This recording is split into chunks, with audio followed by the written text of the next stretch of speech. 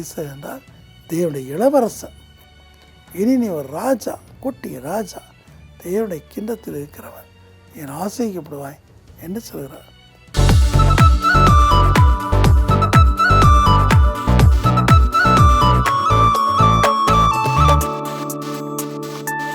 ஸ்தோத்திரம். தைரியமாக இருக்கீங்களா? சந்தோஷமாக இருக்கீங்களா? இதுவரைக்கும் இந்த ஊழியத்தை தாங்கின ஒவ்வொருவரையும் தேவன் ஆசைப்படுறார். இன்றைக்கு ஒரு சிம்பிளான காரியம் நான் சொல்ல விரும்புகிறேன். யாக்கோபு டேஷ் இஸ்ரேல். யாக்கோபு அப்படின்னு சொல்லும்போது ஆதியாகமம் 25:26 அவன் தன்னுடைய அண்ணனுக்கு முன்கூட்டி வந்தபடினாலே அவனுக்கு யாக்கோபு என்று பெயர் விட்டார். யாக்கோபு என்றால் ஏமாற்றுக்காரன் என்று அர்த்தம். சப்ளான்டர், சீட்டர் என்று அர்த்தம். அவனுடைய பேர் கேட்டபடி தான் அவன் வாழ்க்கையில் பல விதங்களில் ஏமாற்றப்பட்டான். அவனும் ஏமாற்றதை நம்ம பார்க்கிறோம் இல்லையா? ஆதியாகமம் 25 கடைசியில் பார்க்கும்போது அவன் ஏசாவை என்ன செய்தான்? ஏமாற்றினான், பயிற்றங்குழச்சு. அதே போல் 27:10-11 தாயோடு சேர்ந்து தகப்பனை ஏமாற்றினான். 23-24 அண்ணனுடைய சேஷ்டபுத்திர ஆசீர்வாதத்தை தனக்கு எடுத்துக்கொண்டான். ஸோ அவன் ஏமாற்றக்காரனாக இருந்தபடினாலே வாழ்க்கையில் அவனுக்கு சோதனைக்கு மேலே சோதனை வச்சு பல விதங்களை ஏமாற்றப்பட்டான். ஏதம் சொல்லுகிறது 10 முறை என் மாமன் அவனை ஏமாற்றினான். 32 ஆதியாகமம் 7 பார்க்கிறோம். ஆதியாகமம் 31 32-64 பார்க்கிறோம். கஷ்டப்பட்டு 20 வருஷம் வேலை செய்தான். முதலாவது விரும்பின மனைவி அவனுக்கு கொடுக்கப்படவில்லை. பெருத்த ஏமாற்றம். அதே போல் சம்பளத்தில் ஏமாற்றம். இப்படி அவன் படிப்படியாக கஷ்டப்பட்டான்.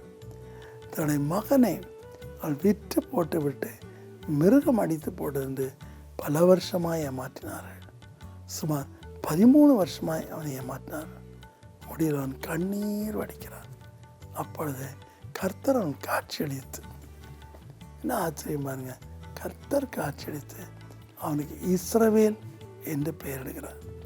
ஆதியாகமம் 32:27-28 பல சமயங்களில் நான் சிலருடைய பேரை கேட்பேன். அந்த பேருக்கு என்ன அர்த்தம்னு கேட்பேன். அவனுக்கே சொல்ல தெரியாது. எப்பா அர்த்தமுள்ள ஒரு பேரை வைப்பா, பைபிளில் இருக்க ஒரு பேரை வை அப்படின்னு சொல்லுவேன். நம்பிக்கையோடு வைங்க அப்படின்னு சொல்லுவேன். ஸோ இங்கே கர்த்தருடைய தூதனானவர் யாக்கோபை பார்த்து, இனி உன் பேர் யாக்கோபு அல்ல இஸ்ரவேல் சொல்கிறார். இஸ்ரவேல் என்றால் தேவனுடைய இளவரசன். இனி நீ ஒரு ராஜா, குட்டி ராஜா, தேவனுடைய கிண்ணத்தில் இருக்கிறவன், என் ஆசைக்கப்படுவாய் என்று சொல்கிறார்.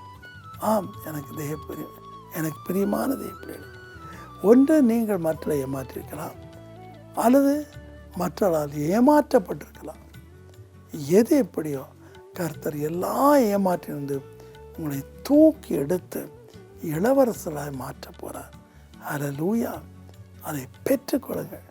தேவனே, நீர் என்னை கண்டிப்பாய் உயர்த்துவீர். உம்முடைய காருண்யம் என்னை உயர்த்தும். என் அப்படி என்னை விட்டுவிட மாட்டேன். என்னை எங்கே பார்த்தாலும் மக்கள் ஏமாற்றுகிறார்கள். ஆனால் ஏமாற்ற கரண்டு என்னை விடுவிப்பேன் நம்புங்கள். இன்றைக்கு தேவன் அதை செய்வார். உங்களை தம்முடைய ராஜ்யத்தின் ராஜாக்களாய் ஆசாரிகளை மாற்றுவார். செய்வோமா? அன்பின் கர்த்தாவே, பல வீரனை ஏமாற்றப்பட்டு கண்ணீரோடு உட்கார்ந்துக்கிறேன் ஒவ்வொருவரும் நீர் ஆசிரியப்பா, ஒவ்வொருவரையும் நீர் ஆசிவை, ஒவ்வொருடைய கண்ணீரை தொடைய மேசப்பா. சோனா, உன் கண்ணீரை தேவன் துடைக்கிறார். அல்லேலூயா. கொஞ்சம் வட்டி கடன் வாங்கினாய், நிறைய சொல்லிவிட்டார். உன்னால் தாங்க முடியாது. எவ்வளோ கட்டியும் அதை அடையவே இல்லை. தேவன் உனக்காக வழக்காடுகிறார். மனம் இறங்கி, என் வாழ்க்கை இப்படியா போய்விட்டது, ஏந்தா இப்படி பேர் வச்சாங்க அப்படின்னு அழுது கொண்டிருக்கிற ஒவ்வொருடைய பேரையும் இஸ்ரவேலாக மாற்றும். உங்களுடைய ராஜ்யத்தின் ராஜ்யபாரங்களின் தலைவராய் மாற்றும். அதை இப்பொழுதே செய்யும். ஆசீர்வதியும், பலப்படுத்தும். இயேசுவின் நாமத்தில் வேண்டிக் கொள்கிறேன் பிதாவே. ஆமேன், ஆமேன். தைரியமாக இருங்க. சரியா? கர்த்தர் உயர்த்துவார்.